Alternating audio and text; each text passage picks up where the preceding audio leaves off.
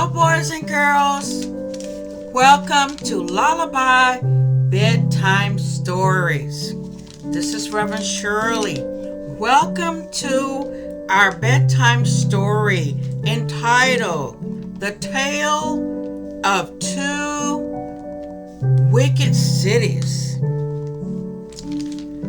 I hope you had a great day today, boys and girls, with school or play, and you're ready to settle down and relax and hear a good bedtime story so that you can go to sleep and have sweet dreams and refreshing sleep. Just in case you have not heard the story about Abraham and Sarah and the three visitors that appeared to Abraham in Genesis chapter 18, the Bible said that one of the visitors was the Lord who appeared to Abraham, and the other two were angels. Abraham was sitting at the entrance of his tent near the great trees of Mamre. Abraham was so glad to see the visitors. So he hurried to meet them and he bowed low to the ground. He graciously showed them hospitality, meaning he asked them to stay for a meal, and they agreed to stay. So Abraham rushed in the house and said, "Sarah, I want you to bake some bread with the finest flour, with your finest flour." And he ran to the herdsman and said, "I want you to kill the best calf that we have and dress it, and so I can cook it and present it to my guests." He ran back to the guests. He offered them water to wash their feet and to rest from their journey while they waited for the food to be prepared. So while they waited a very long time to have Abraham and Sarah had waited a very long time to have God promise to come to pass for them to have a son. And so they asked, while they ate, the visitors asked, "Where is your wife Sarah?" And Abraham said, "They're in the tent. She's in the tent." And one of them said, "I will surely return to you about this time next year, and Sarah your wife will have a son." Sarah was eavesdropping in the tent, and she overheard what they said, and she began to laugh. It was funny to her because she thought to herself, have a baby at 90 years of age? He gotta be kidding. Then the Bible said that the Lord said to Abraham, "Why did Sarah laugh? Why did she laugh and say, will I really have a child now that I am old? Is there anything too hard for the Lord? I will return to you at the appointed time next year, and Sarah will have a son." Sarah was afraid, so she lied and said, "I didn't laugh. I didn't laugh." But the Lord said, "Yes, you did. You did laugh." And when the men got up to leave, the visitors got up to leave, they looked down toward Sodom and Gomorrah, and Abraham walked along with them to see them on their way. That was customary in that day. And so the Lord said, "Shall I hide from Abraham what I'm about to do? Abraham will surely become a great nation and a powerful nation, and All nations on the earth will be blessed through him.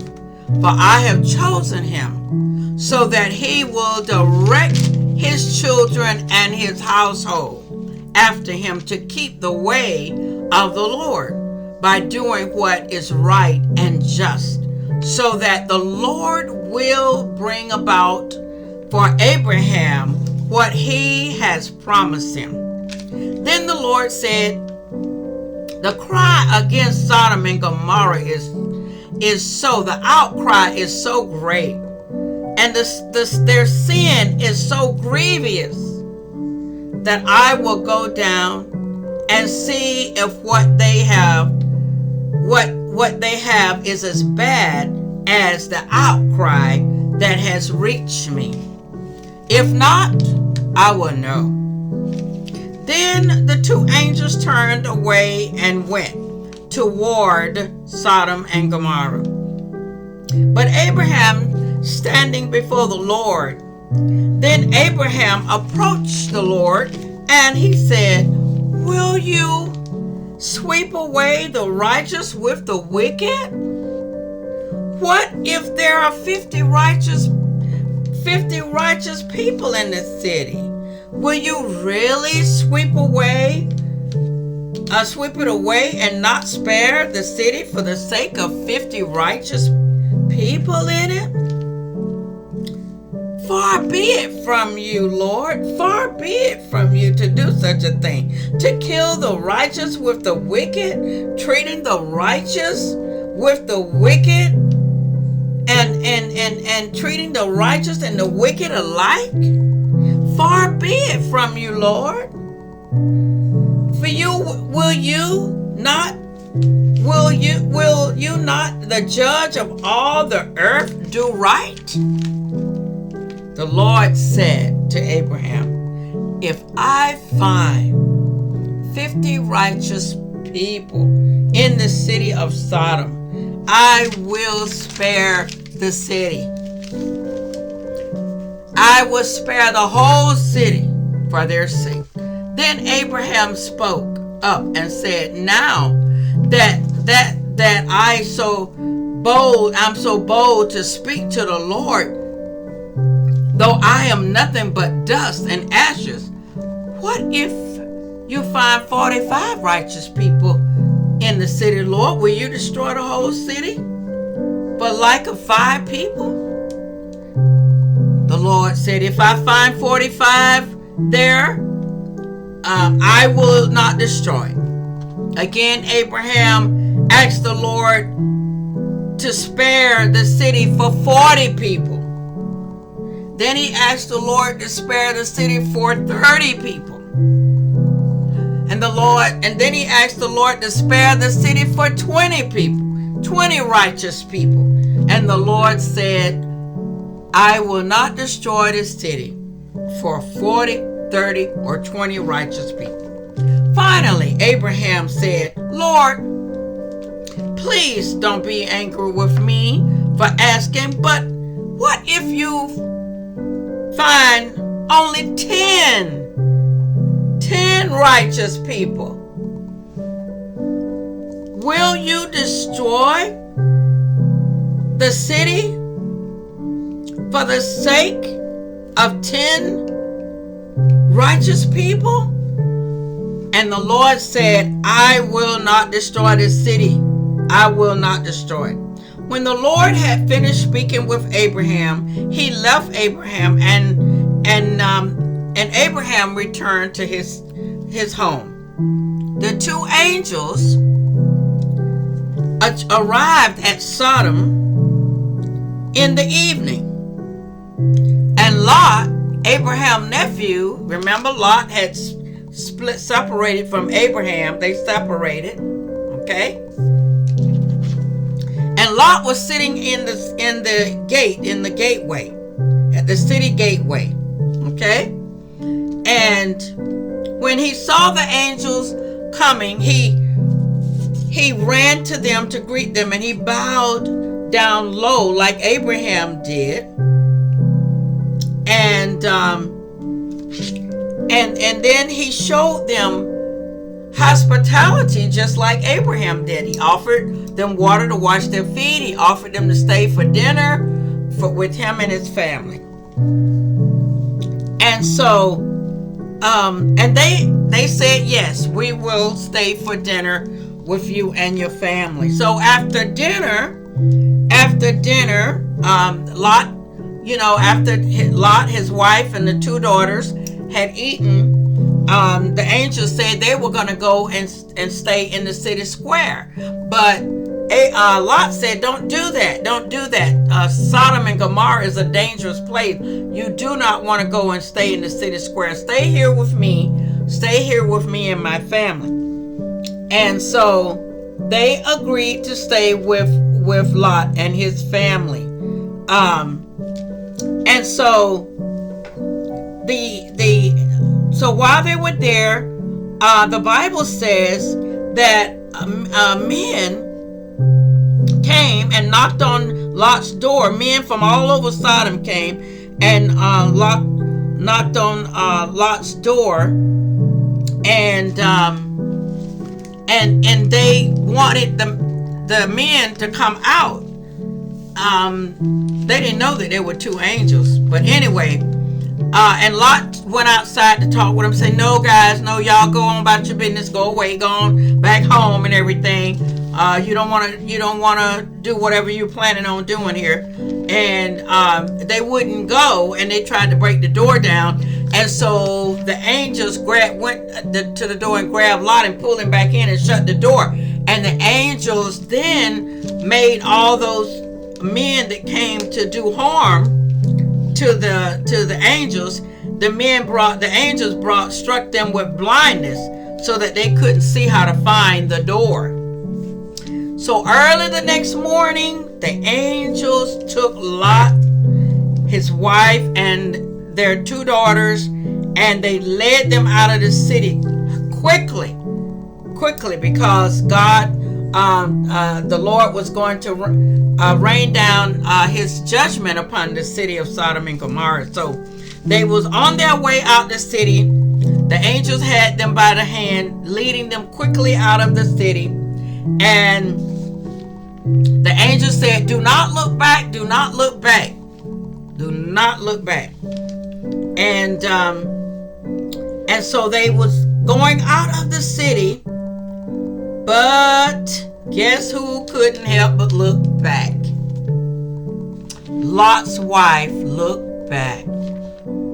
And when she did, she looked back with sadness in her heart because she didn't want to leave her beloved city of Sodom and Gomorrah. And she immediately turned to a pillar of salt. Okay?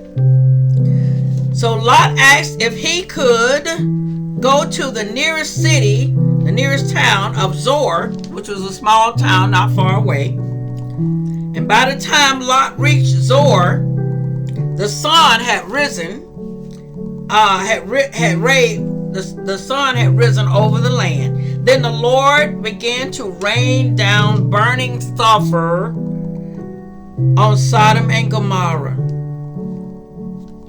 All the people in the city, all the land around, the vegetation and animals and everything around the city was destroyed. All the buildings were destroyed.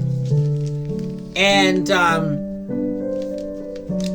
so the people of the city, and God destroyed the cities of Sodom and Gomorrah because the cities were wicked, meaning the people in the city was wicked.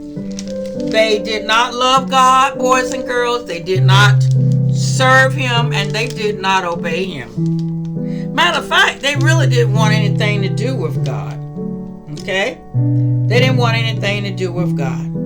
They didn't treat their neighbor right. They didn't love God, and they didn't love their neighbor as themselves. They treated people badly. There was no justice no justice, no mercy. And so early the next morning, early the next morning, Abraham got up and he went to where he stood and prayed and talked with the Lord and asked him to save the city on behalf of 50, 40, 30, 20, or 10 people. And he looked toward Sodom and Gomorrah, and all he could see was dark, black, dense smoke coming up from Sodom and Gomorrah. But God, in his mercy, in his goodness, he remembered Abraham and Abraham's prayer for his nephew Lot and his family. And God remembered Abraham's prayer for deliverance for his family. So boys and girls, this is why we must pray for not just for ourselves, boys and girls. We must pray for our families. We must pray for our families. We must pray for our friends. And yes, boys and girls, we must pray for our enemies. We must even pray for our enemies. But what if Abraham had not prayed for his family, for Lot? What if he had not prayed? If he had not prayed, Lot, his family members all of his family members could have been destroyed. But at least Lot was saved, and his 2 daughters were saved from God's judgment upon Sodom and Gomorrah. Boys and girls, the Lord loves you. He loves you, and he loves to hear from you. You can talk to him. Praying is talking to God. Praying is talking to God. He want to hear from you. He want to hear from you. So talk to God, boys and girls. When you have a test and you having difficulty in school, talk to God. If you have a subject you don't understand in school, talk to God. If you have there's somebody in the school that's a bully, talk to God. Tell your teacher about it, your parents, tell the principal, whoever you have to tell, but also tell God. Talk to God about it, because he cares about you. He cares about everything that concerns you. You are special to him, boys and girls. You are special to God. And he loves you with a love that's so big you can't get around it. It's so tall you can't get over it. It's so wide you just can't get around God's love. He loves you just that much. Because the Bible says, for God so loved the world that he gave his only begotten Son, that whosoever believes in him shall not perish, but have everlasting life. Thank you for being with us tonight, boys and girls, for Lullaby Bedtime Stories. I pray that the Lord will keep you safe, that he will watch over you when you're in school, on the playground, on the school bus, riding your bicycles, walking to school, wherever you are, in the classroom, lunchrooms, libraries, wherever, bathrooms. I pray that God will watch over you and cover you and keep you safe. That he will keep you safe, that he will keep your family members safe, that he will protect you and keep his loving arms around you. Sweet sleep, boys and girls. Sweet dreams. God bless you. Bye-bye now.